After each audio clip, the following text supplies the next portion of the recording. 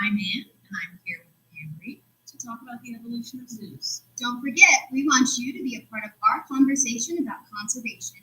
So please, feel welcome to contribute your comments and questions to the chat box on our YouTube channel. We will discuss them at the end of the program. So, Abbie, Zoosday Tuesday dropped in on your class the other day for story time. Yes, that was a lot of fun to have the director of the zoo, Abbie Krause, read us a story.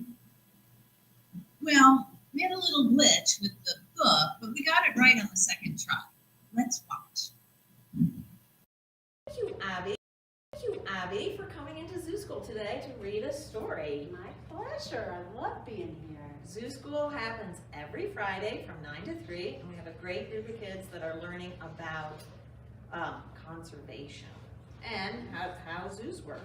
So we thought it would be great to have you come in and talk to our kids about zoos and read a story. And I found this great book, If I Ran the Zoo. And I thought, this is perfect because Abbie runs the zoo. I do. And you know, I get this as a gift a lot. And I love Dr. Seuss. Dr. Seuss is really cool. Don't you love Dr. Seuss? But you know what? Dr. Seuss has been writing books for a long time. And some of his information is a little old. And I don't know if this is a really great book to read because some of its information is a little old-fashioned. Like, for example, it says something about his animals all have such very odd faces. I'll bet he must hunt them in other rather odd places. We don't hunt animals in the wild anymore when you run a zoo. So I'm going to read to you a little bit about how zoos have changed over time. You guys want to hear that? Yeah! So, we're going to read this one. It's called At the Zoo. And you know what I love about this one? It's a pop-up book. So cool. We'll get there in a second. All right. So, At the Zoo. This is old-fashioned too, right? Have you ever been to a zoo? Yeah. Yeah. For hundreds of years, people have come to zoos and to see and learn about animals. Visitors used to see animals in rows of small little cages. But today, some zoos, most zoos, look very different. They're like huge parks, right? The animals have grassy places to run, trees to climb, and pools or waterfalls to splash in.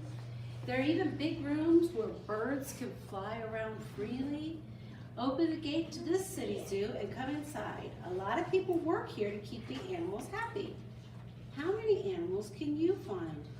Watch this. Isn't that cool? Real quick, what do you see? Peacock. Yeah? There's a Big peacock. All I right, wonder let's see what's what in that else. little door. Okay, let's see what else we got here. All right, here's another one. Whoa.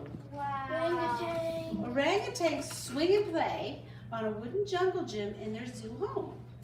A young orangutan pulls a box over his head as another one hides under a bag. The keepers give the animals toys like these to help keep them healthy and active. Have you seen those at our zoo? Mm-hmm. No. Visitors can watch the orangutans without looking through bars. A deep ditch and glass windows separate the animals and the people. Building a home for zoo animals is a big job. Let's go behind the scenes and see how it's done. Do you guys want to see behind the scenes? Yeah. Yeah, let's go. Wow. Elephant. Elephants. Whoa. Foot up, way up, says the keeper. And a huge African elephant lifts her foot. Watch that. A crowd of zoo visitors gathers and claps. They enjoy watching as keepers command the elephants to raise their front feet and to lift heavy logs. But this isn't just a show.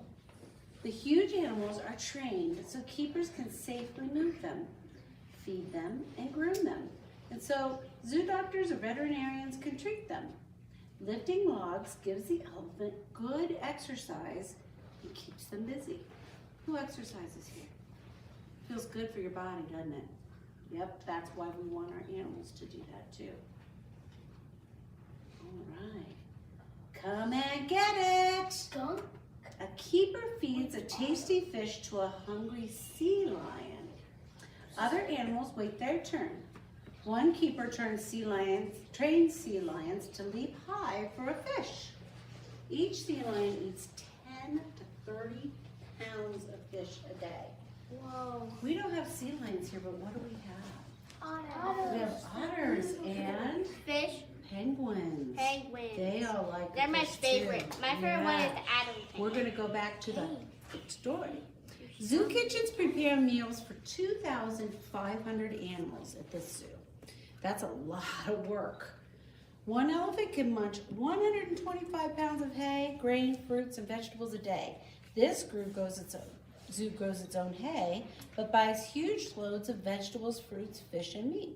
It also buys foods like crickets for lizards and earthworms for moles.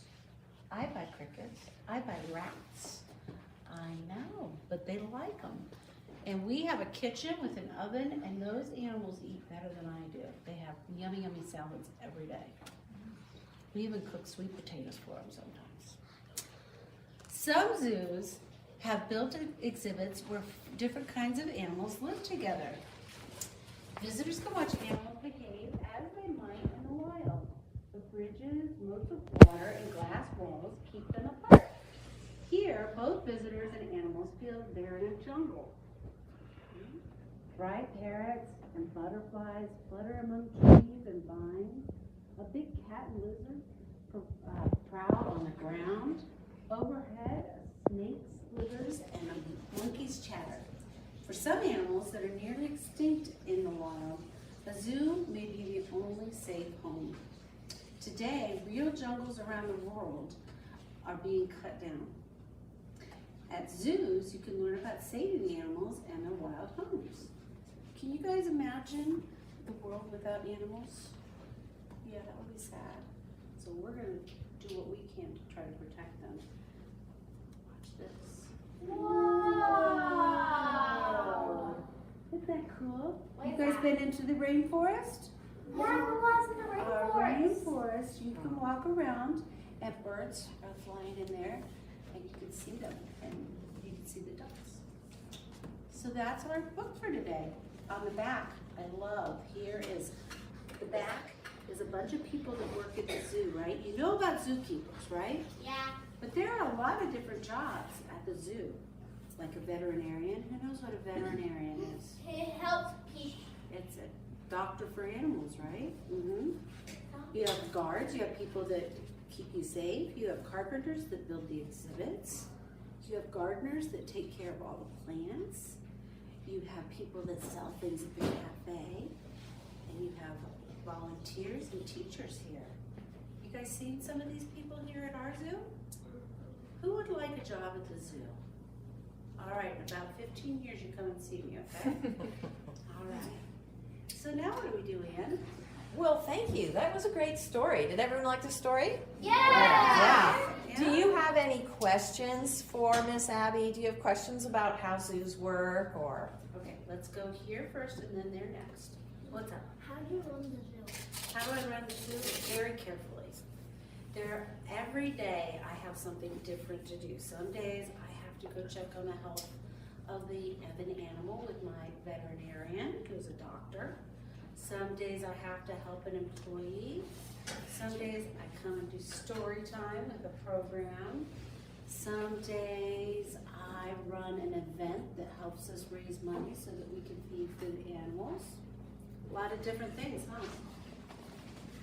Like, which schools can you go to learn about the animals and so you can get a job for the zoo? That's a great question.